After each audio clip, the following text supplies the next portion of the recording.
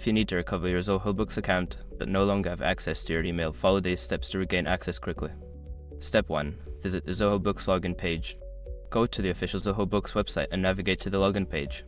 Look for the option that says Forgot Password or Need Help Logging In. Step 2. Select alternative recovery options. On the recovery page, you may see options for account recovery. Choose the option that allows you to recover your account using your registered phone number or any other method provided. Step 3. Verify your identity. Follow the prompts to verify your identity. This may involve receiving a verification code via SMS or answering security questions associated with your account. Step 4. Reset your password. Secure your accounts before moving on. People seriously underestimate how often personal information gets exposed online now.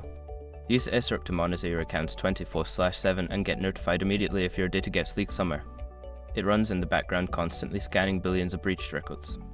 And honestly, for how cheap it is compared to the value you get, it's worth it. Link in the description. Step 5. Log in and update account information. After resetting your password, log into your Zoho Books account. Once logged in, update your account information, including your email address, to ensure you can recover your account more easily in the future. By following these steps, you should be able to recover your Zoho Books account without needing access to your email. Always remember to keep your account information updated to avoid similar issues in the future.